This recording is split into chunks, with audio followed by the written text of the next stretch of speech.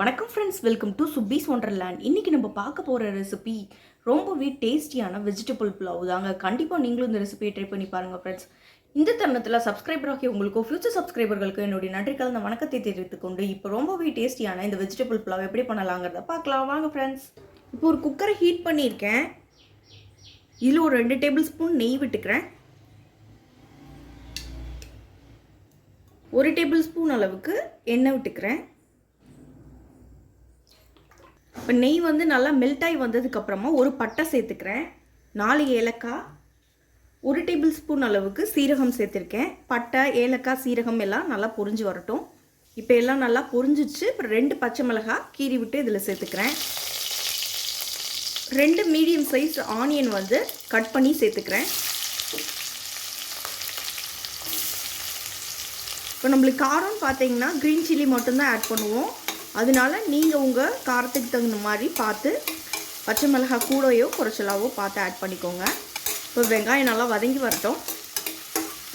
இப்போ வெங்காயம் ஓரளவுக்கு நல்லா வதங்கிடுச்சு. இப்போ வந்து ஒரு தக்காளியை வந்து கட் பண்ணி இதில் சேர்த்துக்கிறேன். ஒரு தக்காளி தான் ஆட் பண்ணுறேன். இப்போ தக்காளி நல்லா வதங்கி வரட்டும். கட் பண்ணி வச்சுருந்த வெஜிடபிள்ஸ் எல்லாத்தையும் சேர்த்துக்கலாம். இப்போ கேரட்டும் பீன்ஸும் சேர்த்து ஒரு 100 கிராம் அளவுக்கு கட் பண்ணி எடுத்திருக்கேன். இப்போ இதையும் இதில் சேர்த்துக்கலாம். அதே போல் கட் பண்ணி வச்சுருந்த பொட்டேட்டோஸ் எல்லாத்தையும் இதில் சேர்த்துக்கிறேன். பாருங்க, வெஜிடபிள்ஸ்லாம் பார்க்கவே ரொம்ப நல்ல கலர்ஃபுல்லாக இருக்குது.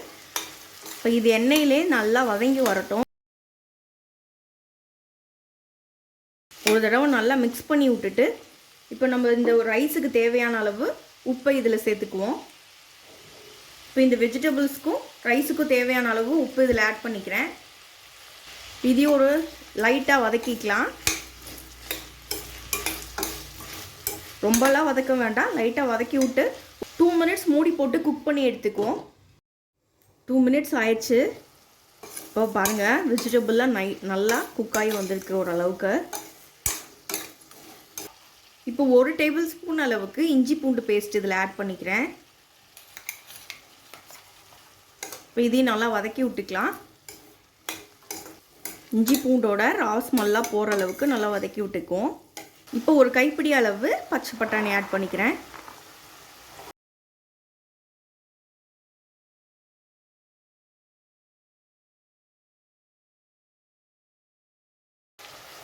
இப்போ வந்து 20 மினிட்ஸ் நல்லா தண்ணியில் ஊற வச்ச பாஸ்மதி ரைஸ் வந்து இதில் ஆட் பண்ணிக்கிறேன்.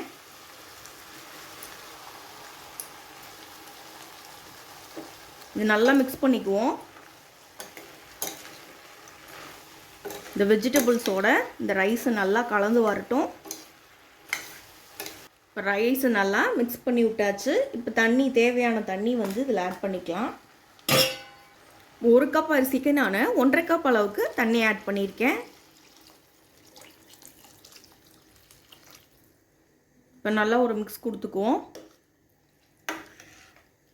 உப்பு பார்த்து செக் பண்ணிக்கோங்க. உப்பு தேவைப்பட்டுச்சுன்னா இப்போயே நம்ம ஆட் பண்ணிக்கலாம்.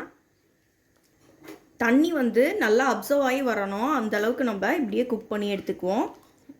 இப்போ பாருங்கள், ரைஸ் வந்து தண்ணியெல்லாம் நல்லா உறிஞ்சு சூப்பராக வந்துடுச்சு.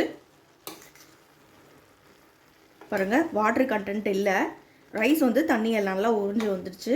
இப்போ வந்து நம்ம குக்கர் மூடி போட்டு 1 விசில் வரைக்கும் வச்சு எடுத்துக்கலாம். இப்போ 1 விசில் வரைக்கும் நம்ம குக் பண்ணி எடுத்துக்குவோம். இப்போ 1 விசில் வரைக்கும் குக் பண்ணி எடுத்தாச்சு. எப்படி வந்திருக்குன்னு பார்த்துக்கலாம்.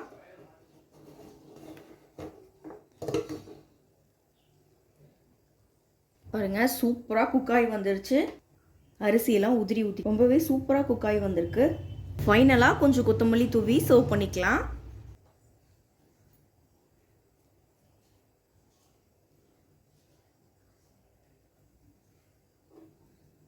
இப்போ அட்டகாசமான வெஜிடபிள் புலாவ் சூப்பராக ரெடி ஆயிடுச்சு ஃப்ரெண்ட்ஸ். கண்டிப்பாக நீங்களும் இந்த ரெசிபியை ட்ரை பண்ணி பாருங்கள். இந்த ரெசிபி உங்களுக்கு பிடிச்சிச்சுன்னா எங்கள் சேனல் லைக் பண்ணுங்கள், ஷேர் பண்ணுங்கள், சப்ஸ்கிரைப் பண்ணுங்கள். உங்கள் கருத்துக்களை கமெண்ட் பண்ணுங்கள். மீண்டும் இன்னொரு நாள் ரெசிபியோடு உங்களை மீட் பண்ணுறேன். அதுவரை உங்களிடமிருந்து விடைபெறுவது சுப்பீஸ் ஒண்டர்லேண்ட். தேங்க்யூ.